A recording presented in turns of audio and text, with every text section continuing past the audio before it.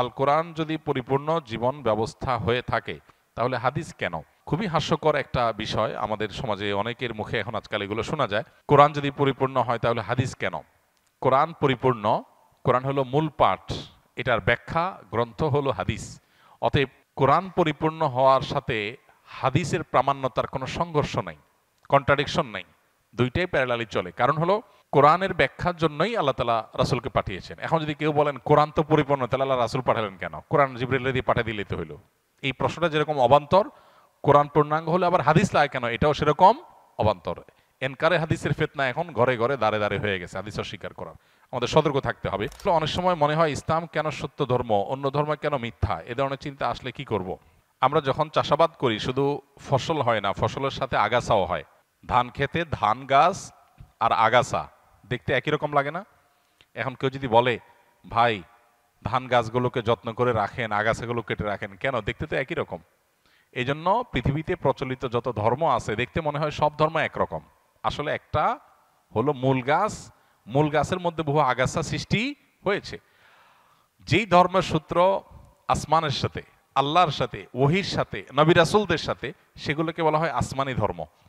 এগুলো যুগে যুগে সব একই সূত্রে গাথা। এগুলোরই সর্বশেষ ধারা হলো মুহাম্মদ সাল্লাল্লাহু আলাইহি সাল্লামের ধর্ম। এরপর আর কোনোটা আসবে না, এরপর কিয়ামত হয়ে যাবে। এই ধারার যে কোনো ধারার অনুসারী হলেই তিনি নাজাত প্রাপ্ত। এর বাইরে মানুষের সৃষ্ট আরো বহু ধর্ম পৃথিবীতে তৈরি হয়েছে, এগুলো কোনোটাই সঠিক নয়।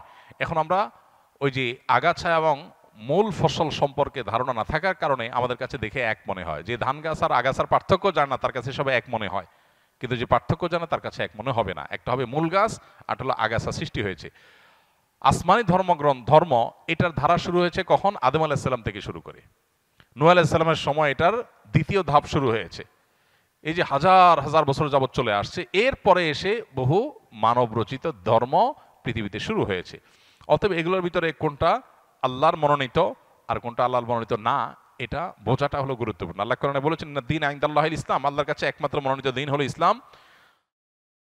ওয়া মান ইয়াবতাগি গায়রাল ইসলামি দীনান ফালান ইয়াকবালা মিনহু, আল্লাহ বলেছেন যে ব্যক্তি ইসলাম ছাড়া অন্য কিছু আল্লাহর কাছে ধর্ম হিসাবে নিয়ে আসবে, অ্যাকসেপ্টেড হবে না।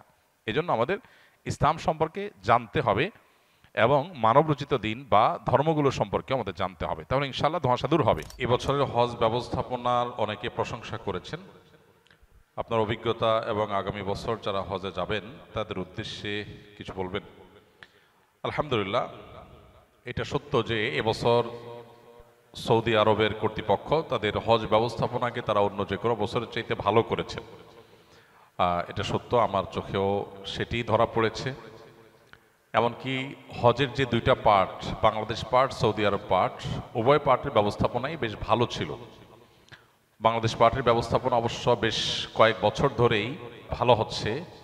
বিগত আমলের শেষের দিকে এসে হজ ব্যবস্থাপনা তুলনামূলকভাবে ভালো হয়েছে, যার কারণে এক সময় প্রচুর পরিমাণে মানুষ হজের টাকা জমা দিয়ে প্রতারিত হতো, যেতে পারতো না, হজ ক্যাম্পে গিয়ে কান্নাকাটি করে ফিরে আসতে হতো। এই দৃশ্যগুলো আর এখন দেখা যায় না বেশ কয়েক বছর যাবত, এটা ভালো।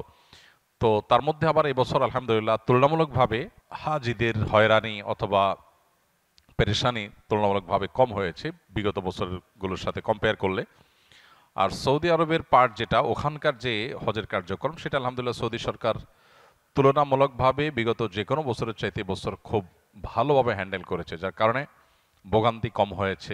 বিশেষ করে অতিরিক্ত গরমে ভিড়ে মানুষ মৃত্যুর যে হার, সেটা বেশ খানিকটা কম, অনেক কম, যার কারণে সব মিলিয়ে প্রশংসা করার মতো একটা পর্যায়ে আসছে। এবং এখান থেকে বোঝা যায় যে কর্তৃপক্ষ চাইলে হজ ব্যবস্থাপনাকে আরও সুন্দর করা সম্ভব, আরও সুষ্ঠু করা সম্ভব।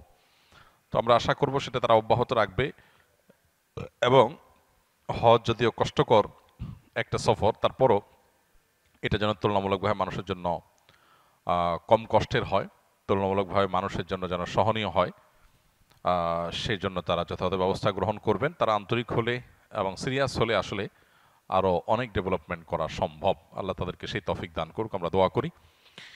এবং সামনের বছর যারা যাবেন বা অন্য যে কোনো বছর যারা হজে যাবেন, আমার পরামর্শ হলো যে জীবনে যখনই হজে যাওয়ার তৌফিক হবে ইনশাআল্লাহ, হজে যাওয়ার আগে যথাযথভাবে বারবার একাধিকবার প্রশিক্ষণ নেবেন।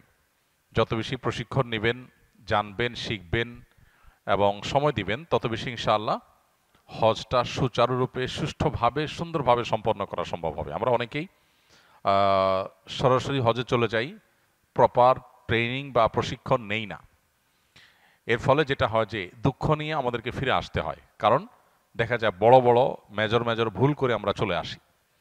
তো এই জন্য হজের সফর সহজ হওয়ার জন্য, পুরো সফরের কার্যক্রমগুলোকে সহজতর করবার জন্য প্রশিক্ষণের কোনো বিকল্প নাই। যারা অভিজ্ঞ, তাদের অভিজ্ঞতার আলোকে যে প্রশিক্ষণগুলো হয়ে থাকে, সেই প্রশিক্ষণগুলো আমরা গ্রহণ করবো ইনশাআল্লাহ। আসুন্নাহ ফাউন্ডেশন থেকে প্রতি বছরই হজযাত্রীদের উদ্দেশ্যে প্রশিক্ষণ নিবেদন করা হয় এবং আলহামদুলিল্লাহ সে সমস্ত প্রশিক্ষণে হাজার হাজার মানুষ অংশগ্রহণ করে। যে এজেন্সিতে যাক না কেন, এই প্রশিক্ষণ আসুন্নাহ ফাউন্ডেশন থেকে সম্পূর্ণ ফ্রি উপস্থাপন করা হয়ে থাকে। অতএব যারা হজে যাবেন তারা ফাউন্ডেশন ট্রেনিং হোক বা অন্য কোনো ট্রেনিং হোক, সেই ট্রেনিংগুলোতে ইনভলভ হবেন এবং প্রশিক্ষণ নিয়ে যাবেন। ইনশাআল্লাহ আপনার ইবাদতটাও ফলপ্রসূ হবে, সফরটাও সহজতর হবে ইনশাআল্লাহ। আস-সুন্নাহ ফাউন্ডেশন, উম্মার স্বার্থে সুন্নাহর সাথে।